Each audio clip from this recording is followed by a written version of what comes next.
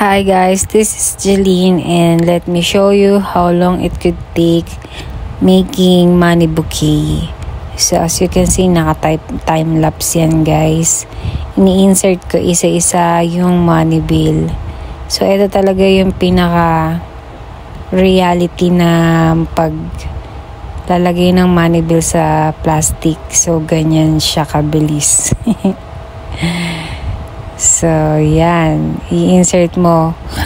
Actually, mahirap i-insert kapag hindi new bill yung nilalagay. Sobrang pahirapan.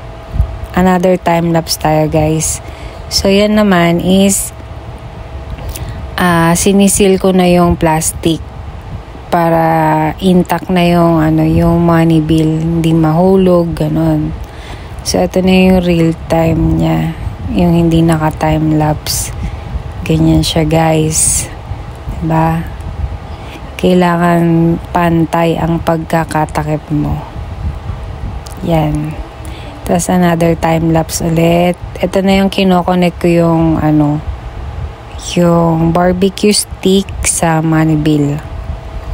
So ito yung pinaka talagang actual. Kala nyo madali. Kala nyo lang yon. So, ayan, ganyan. Nilalagyan ko siya ng glue stick using glue gun. So, after nyan, another time-lapse na naman tayo, guys. Ayan yung niro-roll ko na yung money bill. So, nilalagyan ko siya ng scotch tape, guys. Pakita ko sa inyo yung sinasabi ko. Yan. Lagyan mo scotch tape dyan. Tapos pagka-roll mo, another scotch tape na naman yan. Like that. Diba? Ganon. Para hindi ko mawala talaga yung money bill sa barbecue stick. So, after nyan, ipiprepare ko na yung aking flour foam. Tapos, ilagay na sa gitna yung flour, tapos isa-isahin mo nang ilagay yung mga money bill. Ganon siya gawin sa akin Tapos yung ganyang design kasi guys is round.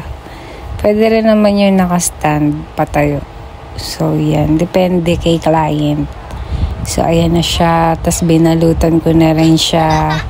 Yan, si mga istis. Bye guys.